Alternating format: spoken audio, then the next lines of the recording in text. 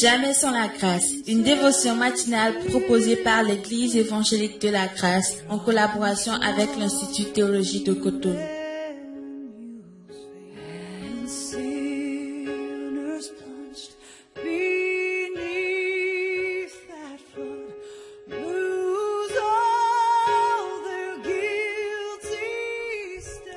Bonjour chers amis, chers internautes, frères et sœurs en Christ, bienvenue dans cette dévotion du jour, que le Seigneur vous bénisse, qu'il continue de nous parler au travers de ce merveilleux passage de Marc chapitre 4 que je fais encore le plaisir de lire à partir du verset 35. Ce même jour, sur le soir, Jésus leur dit, passons à l'autre bord. Après avoir renvoyé la foule, ils l'amenèrent dans la barque où il se trouvait, il y avait aussi d'autres barques avec lui. Il s'éleva un grand tourbillon et les flots se jetaient dans la barque au point qu'elle se remplissait déjà.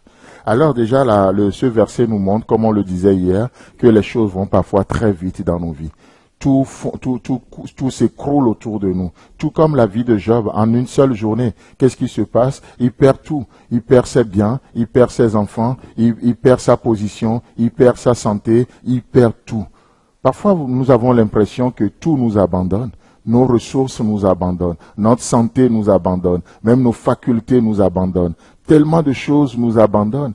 Mais qu'est-ce qui se passe? Dieu va parler à Israël, va dire quoi? Même si une mère pourrait abandonner son enfant, même si l'impossible, l'impensable arrive à se produire, Dieu dit, il y a quand même des choses qui sont des repères dans la vie. Il y a des choses qui ne changent pas. Il y a des choses qui sont immuables. Il dit, moi l'Éternel, je ne t'abandonnerai jamais. Alléluia. Le calme peut t'abandonner. La paix peut t'abandonner. La compréhension même peut t'abandonner. Ta santé peut t'abandonner. Un ami, une amie peut t'abandonner. Mais moi l'Éternel, je ne t'abandonnerai jamais.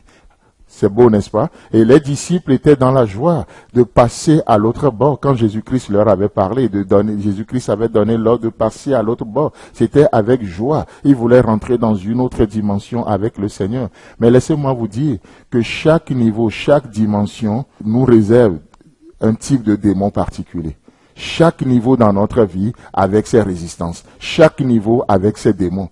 Et c'est pourquoi on a besoin, Dieu nous prépare. Oh, combien on demande à Dieu de nous élever. Dans la gloire, on demande à Dieu de nous amener encore un peu plus loin. Et Dieu savait qu'il ne va pas juste le faire comme ça. Il nous prépare pour faire face à d'autres défis, pour faire face à d'autres démons, malheureusement, pour faire face à tellement de choses. Alors, Dieu nous prépare. Dieu nous prépare. Beaucoup sont élevés aujourd'hui, mais parce qu'ils n'ont pas le caractère formé, ils tombent.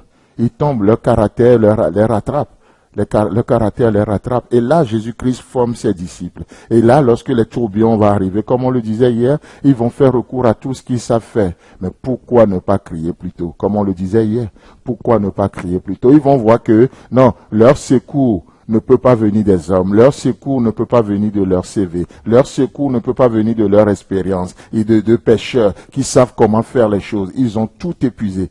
Et là, en dernière position, ils vont crier vers Jésus. Ils vont crier vers lui au verset 8. Et lui, il dormait à la paume sur le coussin. Il le réveillait et lui dit, Maître, ne t'inquiètes-tu pas de ce que nous périssons?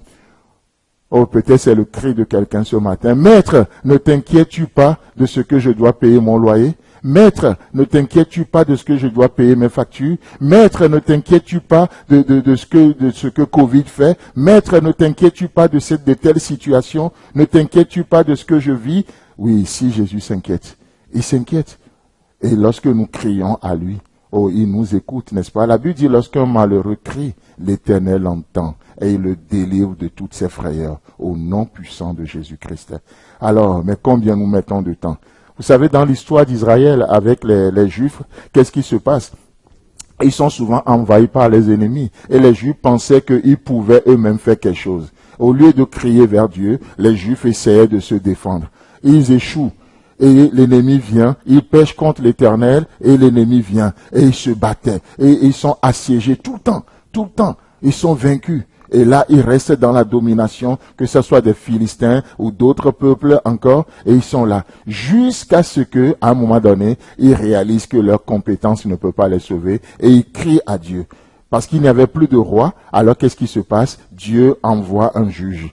Et parfois, la repentance, ça prend 7 ans, 10 ans, 11 ans, Et même parfois, ça va jusqu'à 40 ans. Mais à chaque fois, lorsque le peuple crie, l'Éternel intervient. Frères et sœurs en Christ, c'est le moment de se tourner vers l'Éternel. C'est le moment de crier à l'Éternel. Oh Jésus, interviens dans ma situation. Oh Jésus, je veux voir ta gloire. Oh Jésus, le tourbillon se lève dans ma vie. Oh Jésus, il se jette même contre la barque. Et la barque remplit déjà. Seigneur, interviens. Et qu'est-ce qui se passe? Jésus-Christ, que la tempête ne peut pas réveiller, le cri des disciples vont le réveiller. Et c'est ce que nous allons voir demain. Jésus-Christ, très sensible à notre voix. Que Dieu vous bénisse et agréable journée. Et Dieu voulant, on se retrouve demain. C'est tout le temps que nous avons. Si vous avez aimé cette dévotion, parlez-en à vos amis. Parlez-leur du message de la grâce et de ce qu'il fait dans vos vies. Pour un sujet de prière, une question ou plus d'informations, contactez-nous. Téléphone 64 88 35 87 ou 96 42 69 05 ou par WhatsApp au 94 75 80 20.